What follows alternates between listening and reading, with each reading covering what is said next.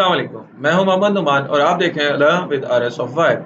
इस ट्यूटोरियल में हम डिस्कस करेंगे कि किस तरह से हम अपने वर्डप्रेस को लोकल होस्ट में इंस्टॉल करेंगे और जो हमारा इससे अगला ट्यूटोरियल है उसमें हम डिस्कस करेंगे हम किस तरह से वर्डप्रेस को इंस्टॉल कर सकते हैं सी पैनल के ऊपर।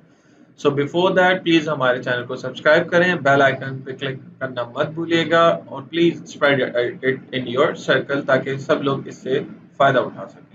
सो हम स्टार्ट करते हैं आज का ट्यूटोरियल कि हम किस तरह से वर्डप्रेस को इंस्टॉल कर सकते हैं अपने लोकल होस्ट के ऊपर। इससे पहले आप लोगों को ज़ैम इंस्टॉल हो जाना चाहिए क्योंकि हमने प्रीवियस 2 वीडियोज़ में हम डिस्कस कर चुके हैं कि ज़ैम हम किस तरह से इंस्टॉल करते हैं अगर हमारे पोर्ट्स के कुछ इश्यूज़ हैं, HTTP स्टेटस कोड, ये सब हम ऑलरेडी डिस्कस कर चुके हैं। अगर आपने ये वीडियो नहीं देखी है तो वो आप पहले वो वीडियो देखें तब आप ये वाला काम आए क्योंकि इसके लिए आपका वो प्रीरेक्विजिट बहुत ज़रूरी है।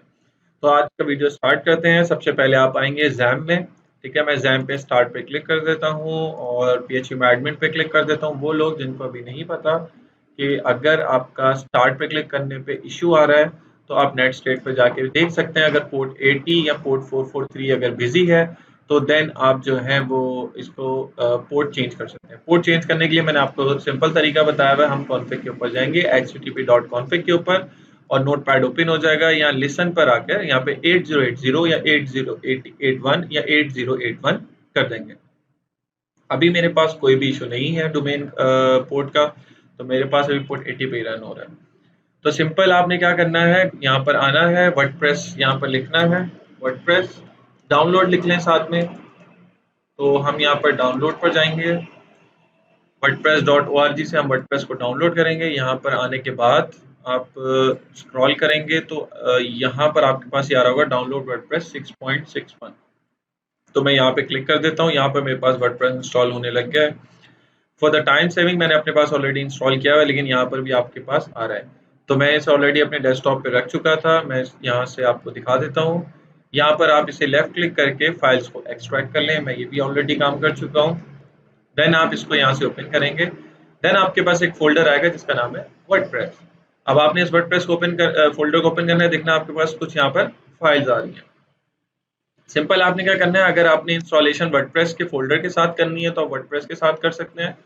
अगर आपने ये चेंज करना है तो आप इसको चेंज भी कर सकते हैं। यानी अब इस वर्डप्रेस के फोल्डर को मैं यहाँ पे नाम दे देता हूँ RS सॉफ्टवायर। आप अपना नाम भी दे सकते हैं, कुछ भी नाम दे सकते हैं। बेसिकली जो नेम है ये आपका डोमेन नेम है। डोमेन नेम भी हम ऑलरेडी डिस्कस कर चुके हैं। तो मैं यहाँ से करता हूँ Ctrl+C कॉपी, और दिस PC पे जाने के बाद जहाँ पर आपका इंस्टॉल हुआ हुआ ज़ैम, वहाँ पर आप जाएंगे ज़ैम के फोल्डर पर। ज़ैम के फोल्डर के बाद जाने के बाद यहाँ पर आपके पास एक HEDocs का फोल्डर होगा। मैं आपको ऑलरेडी बता चुका हूँ कि अगर आपको कोई भी PHP फाइल रन करनी है वो आप जस्ट HEDocs के फोल्डर से रन कर सकते हैं। मैं यहाँ पर HEDocs का फोल्डर ओपन कर लेता हूँ और यहाँ पे मैं इसको Ctrl+V कर देता हूँ। ये यहाँ पर कॉपी हो रहा है। मीनवाइल हम काम ये करते हैं, मैं अपने ब्राउजर के ऊपर अगेन जाता हूँ, यहाँ पे लिखता हूँ लोकल होस्ट, ठीक है। तो यहाँ पर अगर आप देखें मेरे पास ये अभी ओपन हो चुका है मेरा ज़ैम। मीनवाइल हम एक काम ये करते हैं, लोकल होस्ट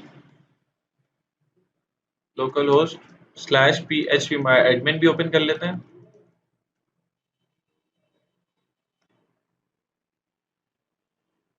अच्छा, जब तक ये हमारे पास यहाँ पर कॉपी हो रहा है तब तक हम एक काम ये करते हैं, इसका एक प्रीरेक्विजिट है जो कि हम परफॉर्म कर लेते हैं। सबसे पहले आपने डेटाबेस क्रिएट करना होता है। अब डेटाबेस क्रिएट करना बहुत आसान है, सिंपल हमारे पास यहाँ पर है।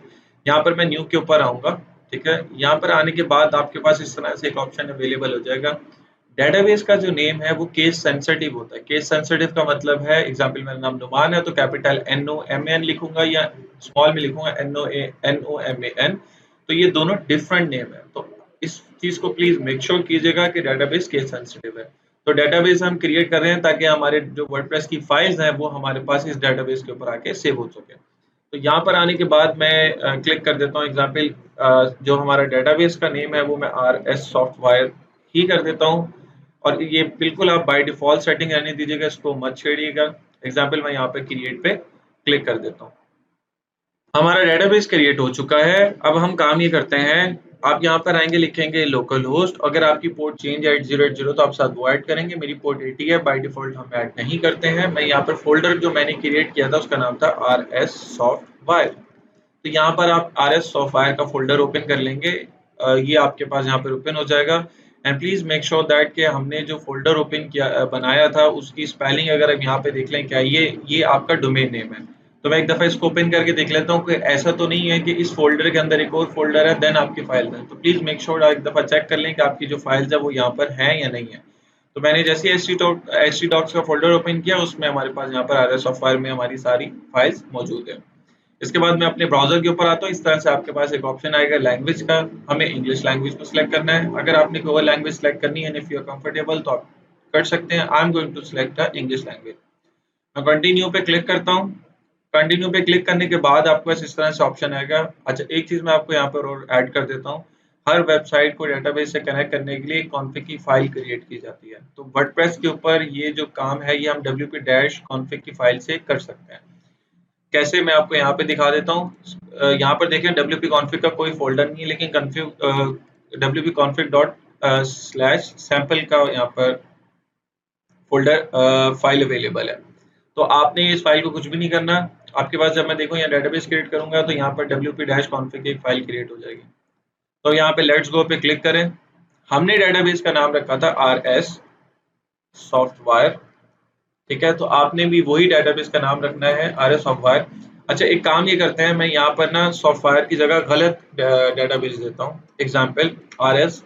अच्छा, ये जो आपका यूजर नेम है हमेशा याद रखिएगा, आपने रूट देना है और पासवर्ड ब्लैंक देना है। आप अपना यूजर नेम भी क्रिएट कर सकते हैं। अगर आप कहेंगे, रिक्वेस्ट करेंगे तो मैं इसकी अलग से एक वीडियो बना दूंगा, ताकि आप अगर डेटाबेस का यूजर खुद से भी क्रिएट करना चाहते हैं तो आपके पास यहाँ पर क्रिएट हो जाएगा।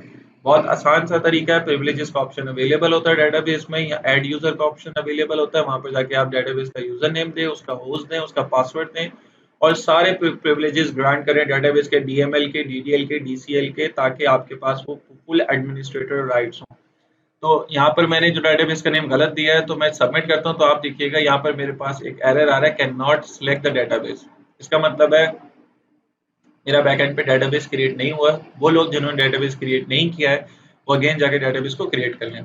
तो अब मैं यहाँ पर आके बिल्कुल सही डेटाबेस का नेम देता हूँ। फॉर इंस्टेंस रूट की जगह मैं यहाँ पर कर देता हूँ नुमान, और नुमान भी बैकएंड पे अवेलेबल नहीं है, ठीक है। फिर ये एक एरर दे रहा है, error establishing a database connection. It's mean कि आपका यूजर नेम, पासवर्ड या होस्ट ये चीजें गलत है। मैं ट्राई अगेन पे अगेन क्लिक करता हूँ। तो अब मुझे पता है कि जो मैंने बैकएंड पे कोई यूजर नेम क्रिएट नहीं किया, लेकिन बाय डिफॉल्ट रूट है, तो मैं रूट ब्लैंक पासवर्ड। होस्ट यहाँ पर आपका डेटाबेस रखा होता है, उसे हम लोकल होस्ट कहते हैं। प्रीफिक्स हमारे पास WP_ है। अगर आप चेंज करना चाहते हैं तो यहाँ से चेंज करते हैं, एग्जाम्पल NOM। लेकिन प्लीज मेक श्योर दैट कि ये जो अंडरस्कोर है ये ऐसे ही रहेगा, ये चेंज नहीं होगा। अगर आप अंडरस्कोर हटा देंगे देन आप प्रीफिक्स नहीं बना सकते, डेटाबेस के प्रीफिक्स नहीं बनेंगे। हम यहाँ पर सबमिट पे क्लिक कर देते हैं। अगर मेरी बिल्कुल सही मैंने इन्फॉर्मेशन फिल की हुई इन 5 चीज़ों में, डेटाबेस का नेम, डेटाबेस का यूजर नेम, डेटाबेस का पासवर्ड, डेटाबेस का होस्ट और प्रीफिक्स अगर मैंने सही लिखे हैं, देन आपके पास ये ऑप्शन आ जाएगा रन द इंस्टॉलेशन।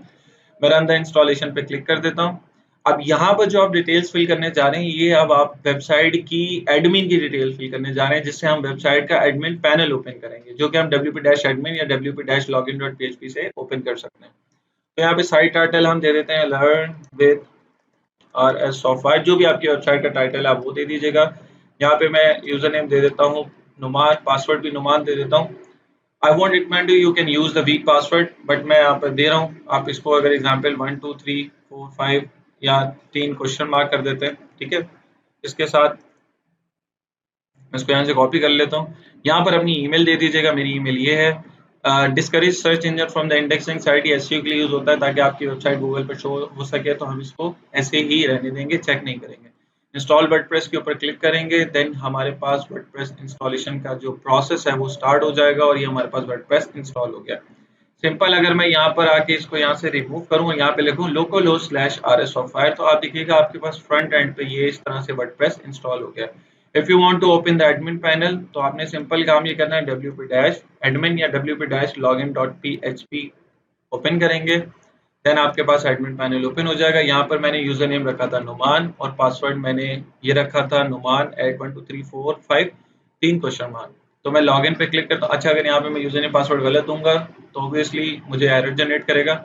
अगर आप यूजर नेम पासवर्ड चेंज करना चाहते हैं या ऐड करना चाहते हैं वो भी मैं आपको यहाँ पे एक छोटी सी चीज़ बता देता हूँ। आप RS सॉफ्टवेयर पे आएँगे, देखेंगे अभी कोई टेबल नहीं है, मैं इसे रिफ्रेश करता हूँ, हमारे पास यहाँ पे 12 टेबल्स आ जाएँगे यहाँ पर बाय डिफ़ॉल्ट। यहाँ पर आने के बाद ये नॉर्म अंडरस्कोर यूज़र, आपके पास WP अंडरस्कोर यूज़र भी आ रहा होगा अगर आपने प्रीफिक्स चेंज नहीं किए हैं।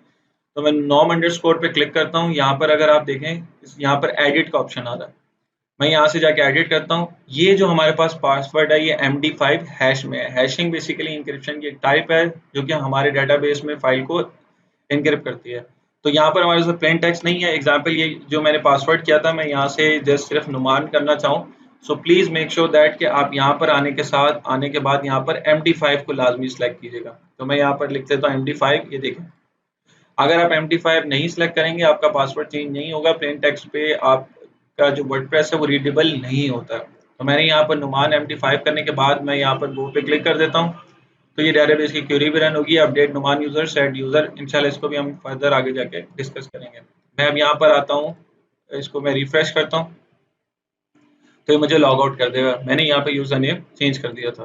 तो मैं यहाँ पर दोबारा आके नुमान करता हूँ और यहाँ पर आके वही पासवर्ड पेस्ट करता हूँ। ठीक है, 3 क्वेश्चन मार्क। अब देखिएगा यहाँ पर गलत कह रहा है, आपका यूजर नेम पासवर्ड गलत है क्योंकि मैंने यहाँ से 3 क्वेश्चन मार्क यहाँ से रिमूव कर दिया। आई गेस मैंने एट द 1 3 भी रिमूव कर दिया। तो मैंने यहाँ पर जो पासवर्ड रखा है वो user name Numan and password भी नुमान है। तो ये थी वर्डप्रेस की इंस्टॉलेशन और कुछ चीज़ें जो हमने आज डिस्कस की हैं। नेक्स्ट ट्यूटोरियल में इंशाल्लाह हम डिस्कस करेंगे कि हम इसी वर्डप्रेस को ऑटोमेटिकली तौर पर इंस्टॉल कैसे कर सकते हैं अपने cPanel के ऊपर। मैंने आपको यहाँ पे मैनुअल इसलिए करवाया ताकि आपको एक प्रोसेस समझ में आ जाए कि वर्डप्रेस की इंस्टॉलेशन कैसे होती है। तो मोर वीडियोस आप हमारे चैनल को सब्सक्राइब करें, स्प्रेड आउट करें ताकि ज़्यादा से ज़्यादा लोग इससे फ़ायदा उठा सकें। अपना ख्याल रखिएगा। अल्लाह हाफिज़।